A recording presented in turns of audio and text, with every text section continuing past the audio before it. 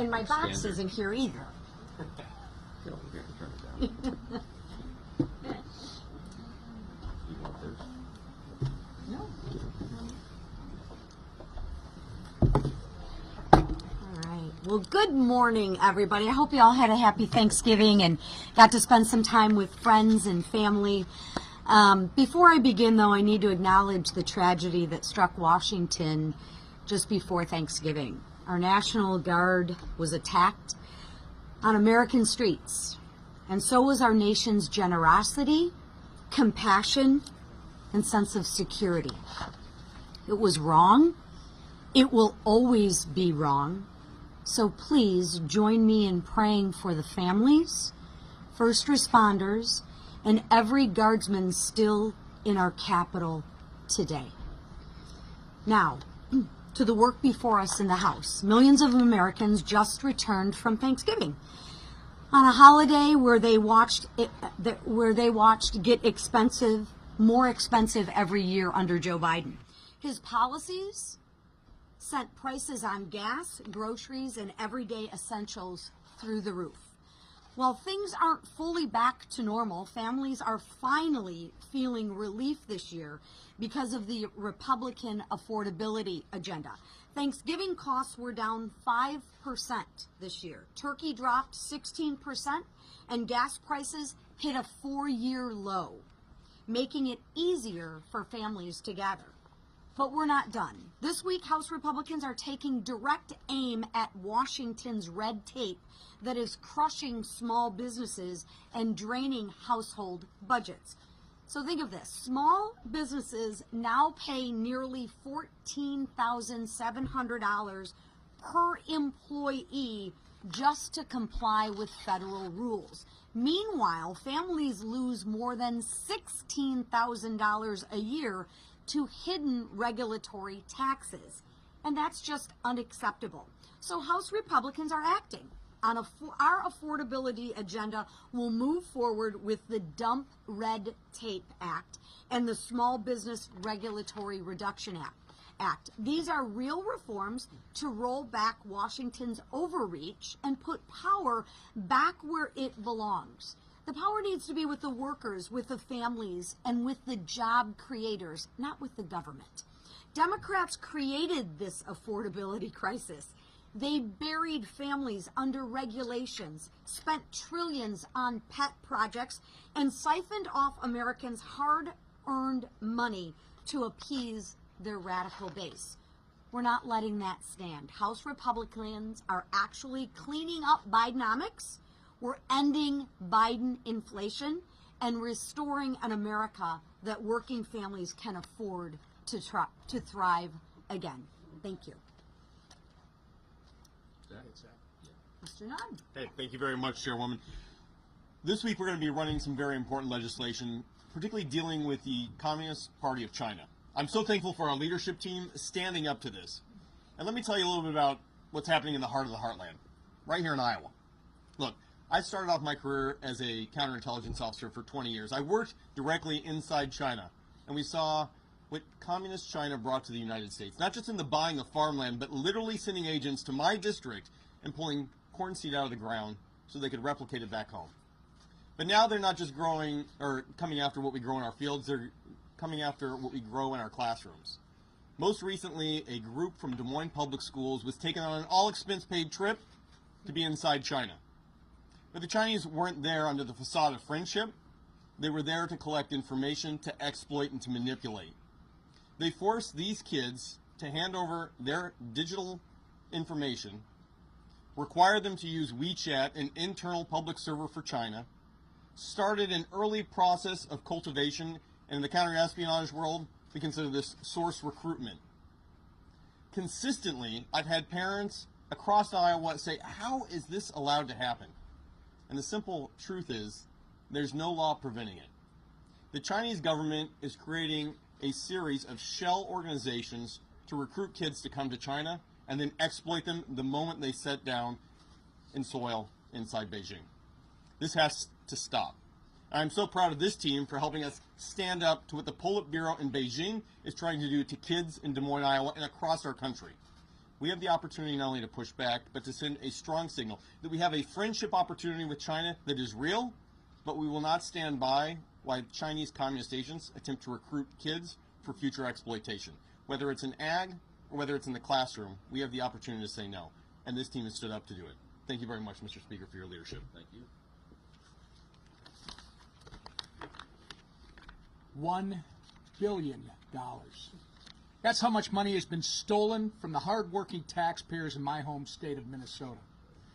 And if that's not egregious enough, some of these taxpayer dollars have allegedly been diverted to al-Shabaab terrorists. Under the failed leadership of Tim Walz, Minnesota has become a hotbed for fraud. We knew it was bad, but now, thanks to the work of our new U.S. Attorney for Minnesota, the true size and scope of the crimes is being brought to light, finally. $250 million in the feeding our children scandal. The largest pandemic fraud case, by the way, in the country. 14 million robbed by a woman who fraudulently diagnosed Somali children with autism, then billed the taxpayer for the services that were never provided. Over 5 million stolen by individuals falsely claiming to provide housing assistance to those in need. These are just some of the fraud schemes that have been federally charged, and I want to emphasize that because our failed governor tried to claim that he's been prosecuting. He hasn't even investigated. There are even more, by the way, that are under investigation, including 80 autism clinics that are currently under investigation. Career fraud prosecutor and former acting U.S. Attorney for Minnesota, Joe Thompson, said the amount of fraud, quote, takes my breath away. Even the New York Times admitted that the fraud in Minnesota is, quote, staggering in its scale and its brazenness. Between the meals, housing, and autism therapy fraud cases, 86 people have been charged. Of those 86, 78 are of Somali descent. Let me be clear, it is not racist to call out criminal behavior. And we're going to not cower to baseless labels while Minnesotans, including law-abiding Somali Americans, get robbed blind. While Tim Walz refuses to take accountability for the fraud he created and enabled, President Trump is committed to justice for the crimes against the taxpayers of Minnesota, and I am too. I want to thank Treasury Secretary Scott Bessent for launching an investigation into this important issue. Minnesotans deserve answers and accountability, and we're not going to rest until they get both. And thank God for President Trump raising this because no one was covering it. We've been sounding the alarm on this fraud for over 3 years. No one in this room and no one back at home was reporting how bad this is. Finally, because of our president raising the issue, people are talking about it. And I'd be remiss if I didn't mention before I left what our conference chair talked about when we started.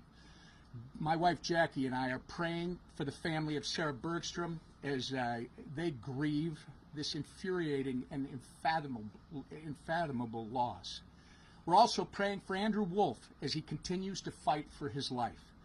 These two guardsmen are heroes who answered the call to keep this city safe. Justice must be executed swiftly for this heinous and targeted act. And with that, I yield to the leader. Thank you, Whip.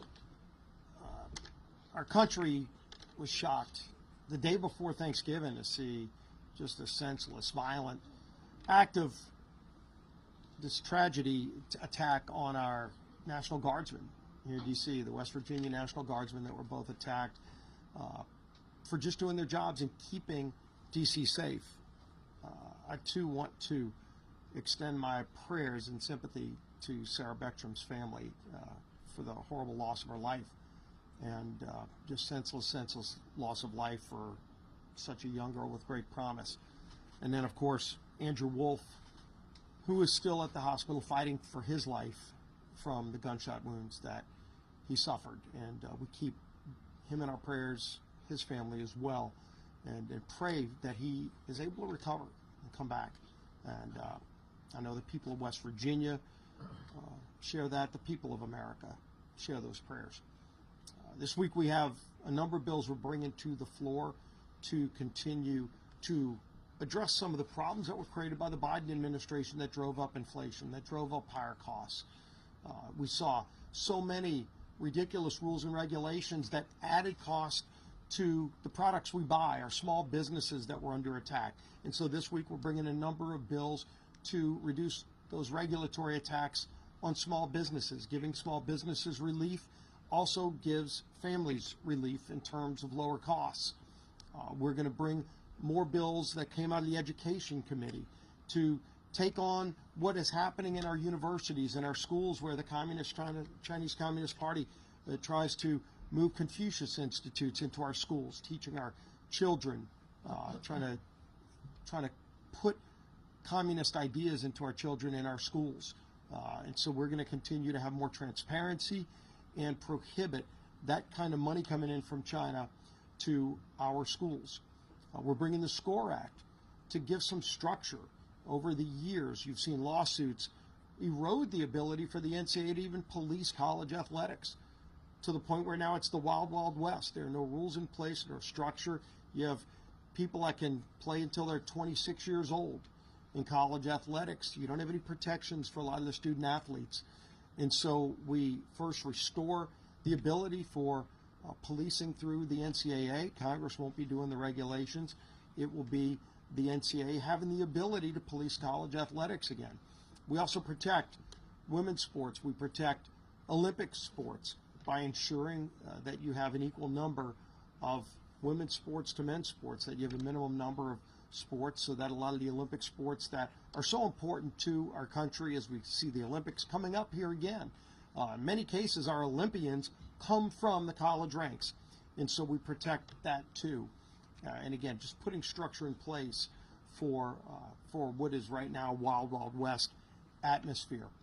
And we're going to continue to work on healthcare proposals to ensure that families have choices and lower premiums. That's what Republicans care about. Democrats have never cared about that since they passed the Affordable Care Act and all the broken promises and lies that went with it. If you like what you have, you can keep it. Probably the most broken promise in all of politics, where millions of families lost the good health care plans that they liked because of the Affordable Care Act. And of course, there's nothing affordable about the Affordable Care Act. All we've seen is increased cost, 80% premium increases. Democrats just concerned about bailing out insurance companies who get record profits, while families see higher premiums because of that failed law. What we want to do is give families options, lower premiums for families. And again, we've brought some bills to the floor already. We're going to keep bringing bills to the floor to do those two things, to lower premiums for families and give them options so that they can get what's best for their families. They don't have to be enforced into a plan that the government tells them they have to be in, that's too expensive for them and doesn't work for their family. They can buy whatever they want that makes sense for them and for their family. So we're going to continue to work on that too as we move an aggressive agenda, and that agenda is led by our Speaker, Mike Johnson. Thank you, Mr. Leader, this leadership team, Colonel Nunn, for being here with us this morning. There is a lot going on, and we want to give you some updates on things. I hope everybody had a blessed Thanksgiving. It is true that our hearts were heavy, of course, with Sarah and Andrew, these two selfless National Guardsmen who were senselessly attacked while they volunteered for service to defend the rest of their fellow Americans, and they literally took bullets for it. And so our prayers are with Andrew as he recovers, and our hearts and prayers are with the family of Sarah. It reminds us that freedom isn't free, and some people make the ultimate sacrifice so the rest of us can have that. You know, I was reminding our conference this morning, 1789, our first president, George Washington, was the first to issue a national day of Thanksgiving and prayer, a proclamation. And he declared that because the Congress requested it of him. And of course, Washington was the first and best person to do that, to start the tradition. And he wrote famously in his proclamation, he said, it is the duty of all of us. It is our duty to acknowledge the blessings of God, to be grateful for what he's done for our country and all of us individually, and to humbly implore his protection and favor. It's never been more important to do that, and it's a great reminder. Thanksgiving is a uniquely American holiday, as we know, And it's a great time to sit around the table and be reminded of those blessings. And chief among them is the freedom that we enjoy. And we do not take that for granted. So it's proper, appropriate for us to acknowledge those sacrifices. Now, there's a lot going on across the country. There's a special election in Tennessee today, you may have heard. Tennessee's 7th District. I spent all day there yesterday. I think it was 10 hours and 12 events, I think. I was with Matt Van Epps, our Republican extraordinary candidate for the seat there that is open and will be filled today in the election. He's running against someone who truly is, by any objective measure, a real radical. She famously said that she hates Nashville, which is the largest city in the district, which is kind of an interesting campaign strategy, and hates country music. You know, it's Tennessee. So Matt Van Epps is an extraordinary candidate by contrast. He is a lieutenant colonel in the Tennessee Army National Guard. He's a combat veteran. He flew combat missions, deployed 8 times over to the Middle East and dodged missiles and bullets for his country. He worked in Tennessee state government and is a highly capable, competent, calm, common sense conservative. He's exactly what that district needs. We're excited for him, devoted husband and father, America First patriot. So hey, if you're in Tennessee's 7th District, Nashville, and 14 counties, go vote today. It matters. Special elections are strange animals, and anything can happen. And when you're in a deep red district, sometimes people assume that the Republican, the conservative will win, and you cannot assume that because anything can happen. So we encourage everybody to go out there and make that happen. The people are fired up. I was there and really enjoyed the energy there. We're going to see that across the country next week as we go into this very important midterm election next year. I mean, in all the weeks ahead. And as we go into that election, remembering again how important all of this is. And as we put some posters up here to remind you and remind all of ourselves what an extraordinary run we've had in the 119th Congress. Now, in spite of the fact that we had razor-thin majority, I mean, it many times, as you know, 1 or 2 vote margin, we still have had one of the most consequential Congresses in the great history of this extraordinary nation. And you know, if you look at what has been accomplished for the first 10 months of this term, this year, the 119th Congress, this new administration, you can stack that up against any Congress in history. I think it's probably in the top 5 in terms of marquee landmark achievements. And, you know, part of our, both a blessing and a curse is we did so much of it in the one big beautiful bill, the Working Families Tax Cut.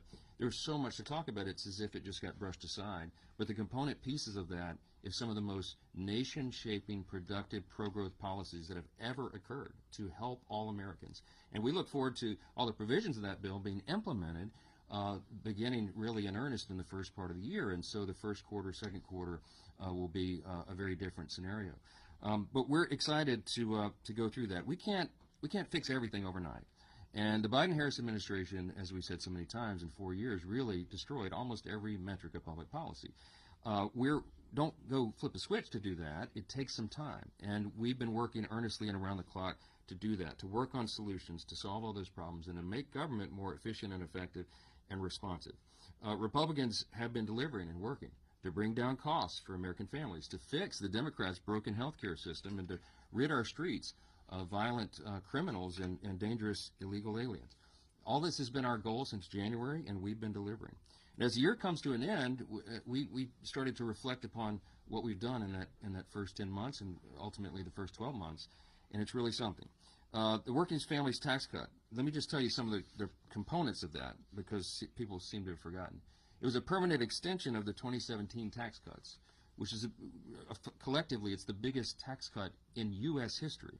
Had we not passed the big bill, we would have had a $5 trillion tax increase on all hardworking American families as that expired in December. It was a marquee achievement. We also in that included permanent estate tax relief extensions. We had landmark Medicaid program reforms, which the CBO has said is going to save $185 billion and reduce premiums on everybody for their health care. We expanded the SNAP work requirements to get ineligible recipients off, young able-bodied men with no dependents or health problems. They shouldn't be riding the wagon, and they won't anymore. In the bill, we increased border enforcement and funding, generational investment in those things, and it's worked because guess what? The border is sealed. We don't have all these illegals coming across the border anymore.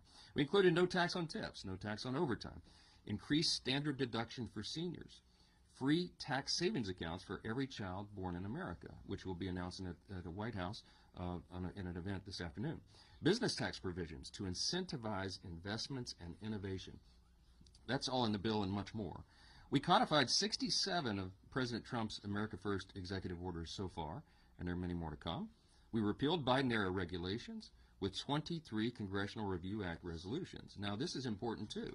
We've been making history along the way over the last 10 months. In the entire time that CRA's, Congressional Review Acts, have been part of the law, only 20 had been signed into law since the inception of that instrument. This year alone, we have already passed 23 of those out of the House, and 16 of those have been signed into law. That's a big thing. We've restored regular order to the appropriations process, and y'all know how what a big thing that was. A goal of mine since I became Speaker a little over 2 years ago was to restore regular order, because instead of governing by an omnibus before Christmas, which is no way to do stewardship, we wanted to get back to 12 separate appropriations bills. And as you saw, when we reopened government, one of the things the President signed was 3 regular order appropriations bills signed into law. What a marquee achievement. We had agriculture, legislative branch, military construction, VA bill signed into law, and both chambers and the appropriators are working right now to put the next bills, get them prepared, and get them enacted and signed into law. We've also, in the last 10 months, defunded wasteful spending through rescissions, billions of dollars there. We passed and signed into law the Genius Act, the bipartisan landmark crypto legislation. We passed and signed into law the Laken-Riley Act, the Halt Fentanyl Act, and the Take It Down Act. And the House has passed the SAVE Act, the Illegitimate Court Counter Action Act, Protecting American Energy Production Act, the Protection of Women and Girls in Sports Act, Fix Our Forest Act, the Ticket Act, Unlocking Our Domestic LNG Potential Act, American Entrepreneurs First Act, Stop Illegal Entry Act, Made in America Defense Act. I could go on and on and on. Remember, these are just the top lines. The House has passed 331 pieces of legislation this year that will directly improve the quality of life for millions of American families. And that's a lot to be thankful for. By the way, just this week, as was mentioned earlier, President Trump is signing into law the IRS Math and Taxpayer Help Act. It received little fanfare in the media, but it's a bill that will provide taxpayers fairer treatment when corresponding with the IRS regarding tax returns, and that's a big thing as we go into tax season in the first quarter. It's the type of work that House Republicans are doing here every day in these halls. We're working on real solutions to real problems for our constituents. As I mentioned, the Working Families Tax Cut, if we were just to go through every provision of that bill that's going to make life easier and safer and more affordable for American families, we would be here until Christmas. So I'm not going to do that for you. But we're not going to rest on our laurels, okay? The American people delivered a clear mandate last fall for us to fix everything. And we're going to sprint through the finish line next November. We'll be adding a new member. I expect Matt Van Epps is going to win that election today. And we will bring our freshman class of Republicans up to the number of 36, adding another vote to that margin every single day, and we'll keep working. We're more confident than ever that the Working Families Tax Cut provisions are implemented. As that happens in the first quarter, second quarter, American families begin to receive financial relief. Republicans are not just going to hold on to the majority. We're going to grow it. And over the next weeks and months, House Republicans will advance legislation to continue to bring down the cost of health care for working families, to ensure our fighting force remains the most lethal and the best prepared in the world, and to fully fund the government for the upcoming fiscal year in a responsible way while maintaining good stewardship of taxpayer resources. This week, as the leader mentioned, we'll pass legislation to reduce the regulatory burden on small businesses further, to keep the Chinese Communist Party out of America's classrooms. That's a big and important endeavor. And to establish a landmark nationwide NIL framework for collegiate athletics and empower student athletes to maximize their college experience. Despite the unrelenting stream of palace intrigue stories that fill the pages of your publications, House Republicans remain united and focused on delivering results for our constituents. That's how we've gotten this done. That's how we'll continue to do it. And that will be happening in earnest in the weeks and months to come. So we'll take a few questions if you have. Okay, you're so eager. I got to get it. We have a relationship at this point.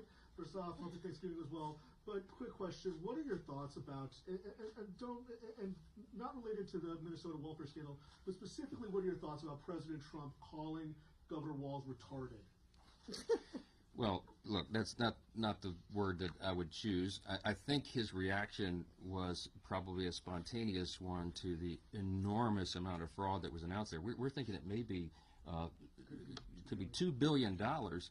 Congressman Emmer, of course, represents that state, and it is an outrage. And we're told that this was funding terrorist organizations in Somalia, and so it's a lot to look into. I mean, all of us, when we heard the news, we reacted in different ways, and you know, that's not the word I would choose. But I think everybody understands how absurd and crazy that is, and how Congress has an immediate obligation to look into it, and the administration is as well, and we're going to get down to the bottom of that. Governor Walz appears to have a lot to answer for, so it was a really stupid thing. Thank you so much, Mr. Speaker.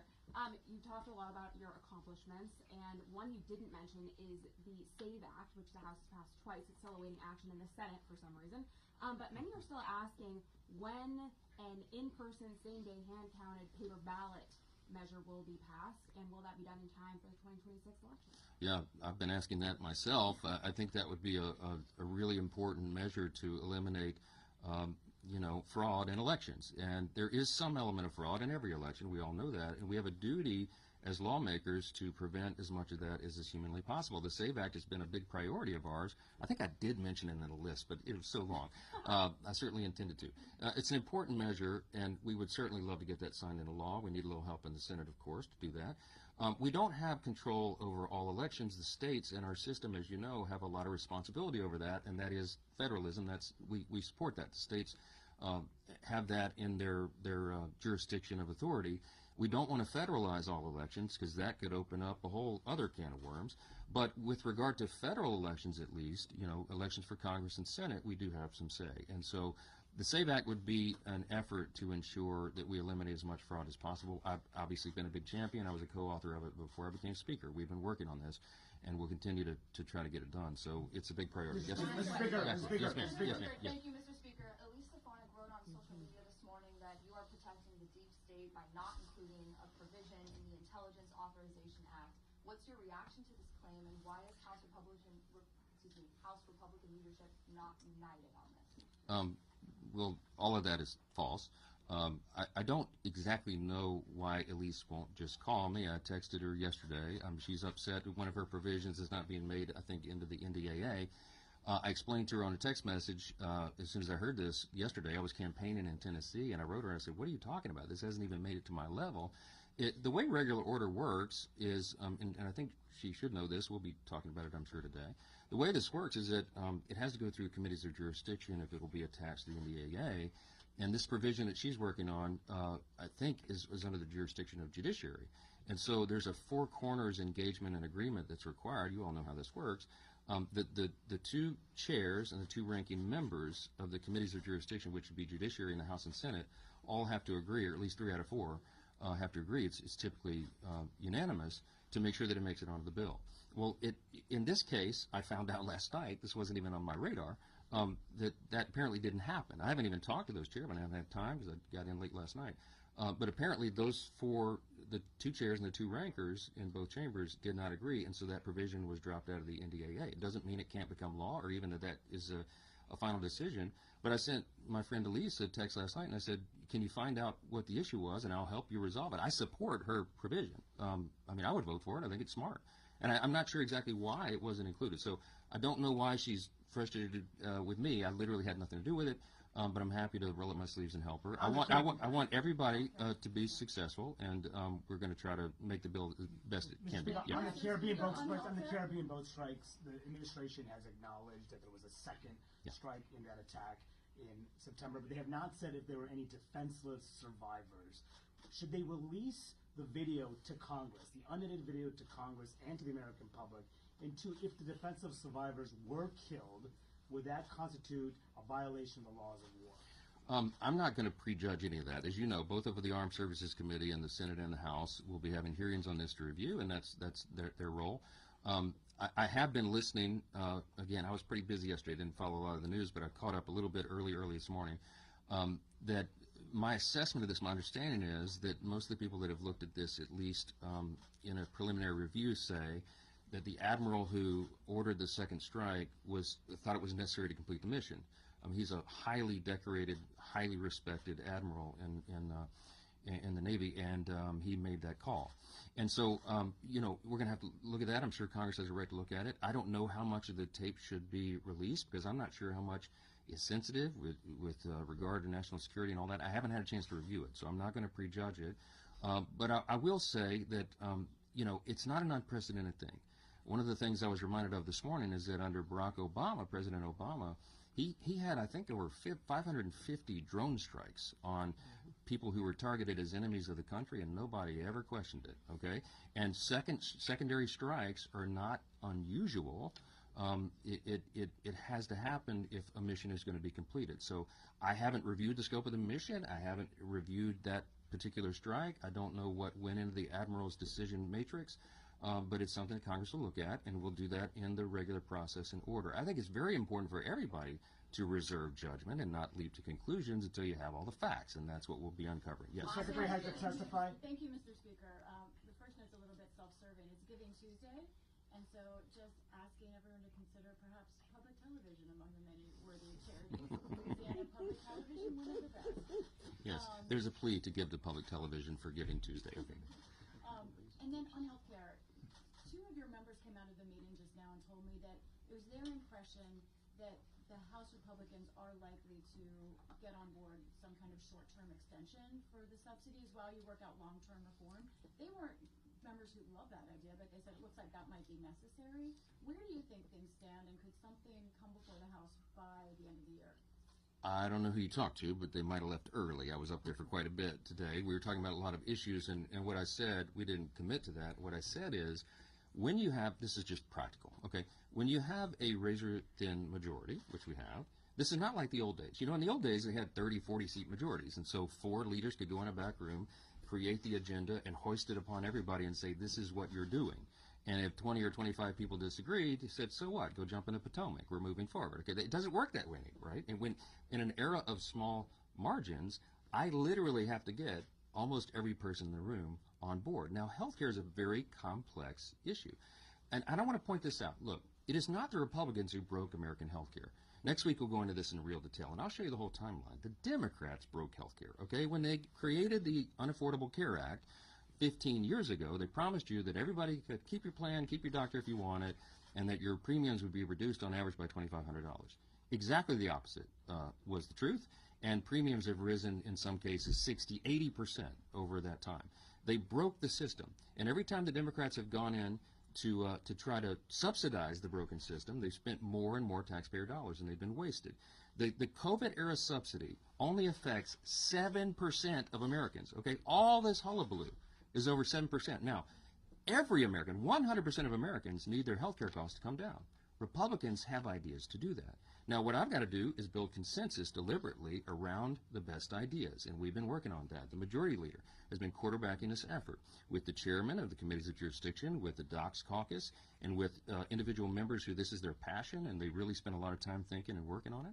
And we're pulling those ideas together, and there will be a Republican response to this, okay? So I can't project in advance what that will be, because I don't know what the consensus is in that room, but you will see our sleeves rolled up and that work being done in earnest this week as we bring all that together.